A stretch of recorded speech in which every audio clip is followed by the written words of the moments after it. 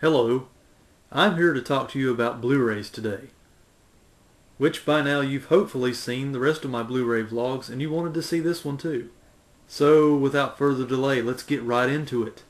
Today I'm going to talk to you about a couple of, or a few rather, Star Trek films that I've been able to recently acquire.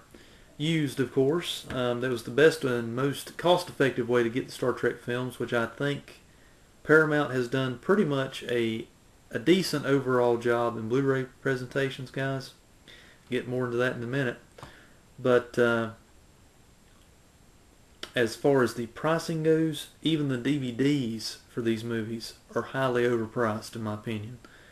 Okay, so I bought mine used either off half.com or did some trade. I did a trade on one of these, and without further delay, I picked up what they call here the Star Trek Motion Picture Trilogy, which is not the first three films actually, but it's the three middle films from the original Star Trek movie series, which I like and grew up watching.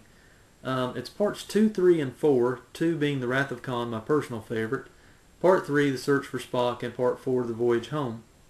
It's a middle story arc where the story just kind of goes through these three films until they changed it in part 5. They do have a newer gift set that has all 6 original Star Trek movies together, which is probably, if you're a Star Trek video, you've got to have everything Star Trek, or you're a Trekker or a Trekkie or whatever you want to call yourself. If you have to have everything that is the Trek, you probably want to pick up that set rather than this one. I got this one by a trade that I did, and didn't have to pay much on it. So, and they're probably my favorite films are the middle ones anyway. So I went ahead and got this little set. I gotta say, it doesn't come in the traditional Blu-ray box. It has a little fold-out thing in the middle there, slipcase box, but it's still kind of nice and neat, the same size as the Blu-ray box, so it won't take up too much room on the shelf.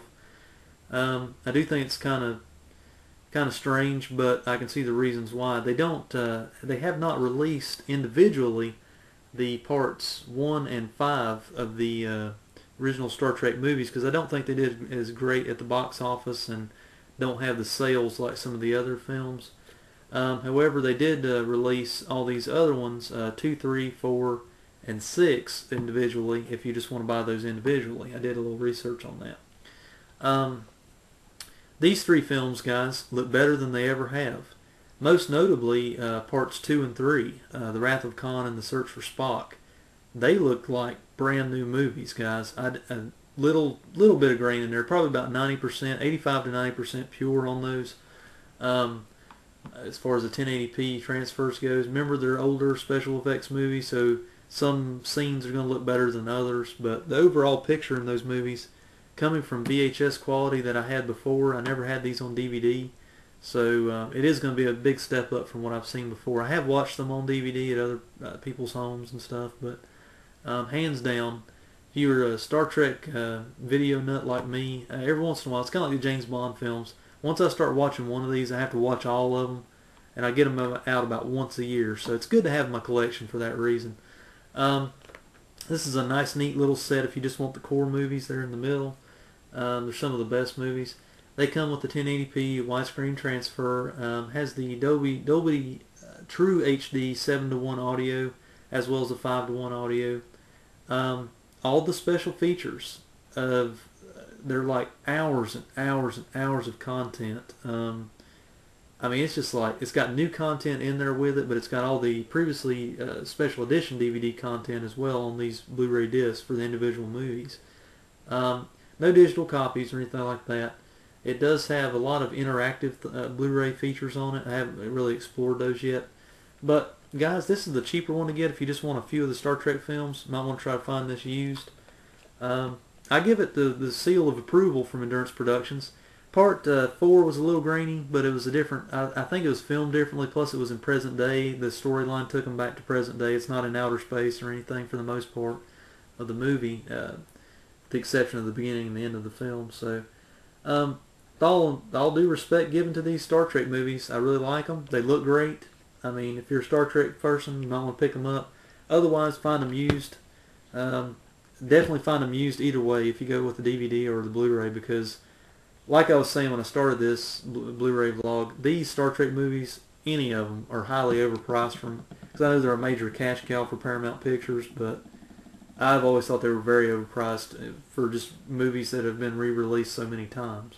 Anyway, enough with that.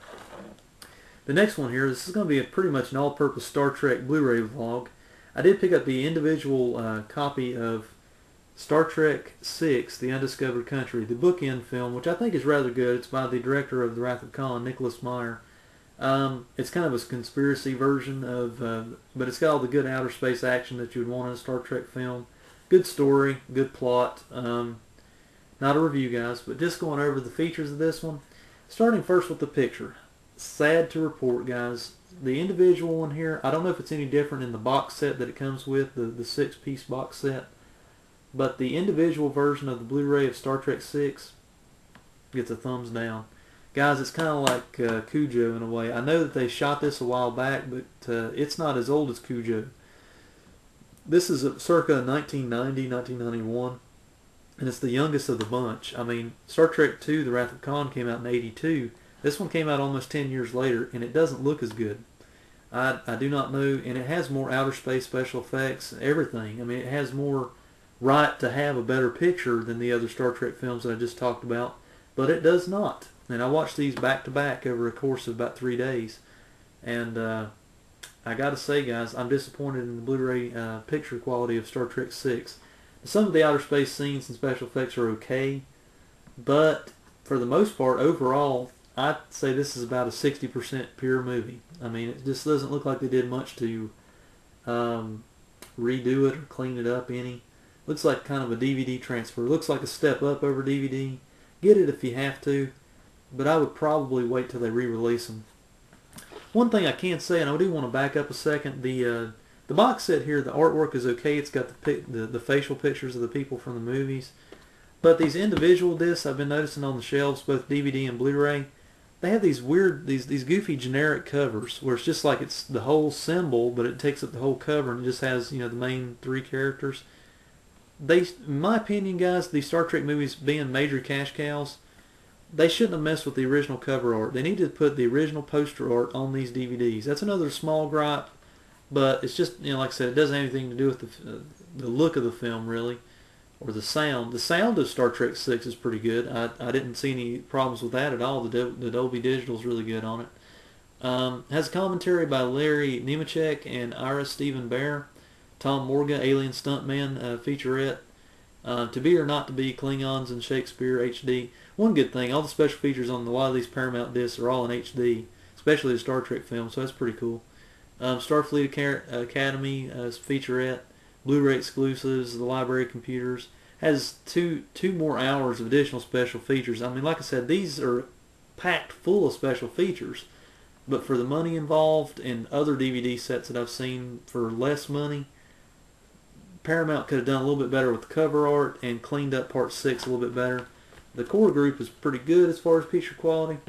Pick them up if you want to, but my advice on these particular Star Trek features that I've seen, or movies that I've seen on Blu-ray so far, find them used. Go to half.com or eBay and see if you can pick them up for a little bit cheaper there if you're a collector like me and you just want to find the best price out there for these films. That'd be my best advice on this Blu-ray vlog. Leave your comments, questions, and concerns, and I will see you next time. Take care, dudes.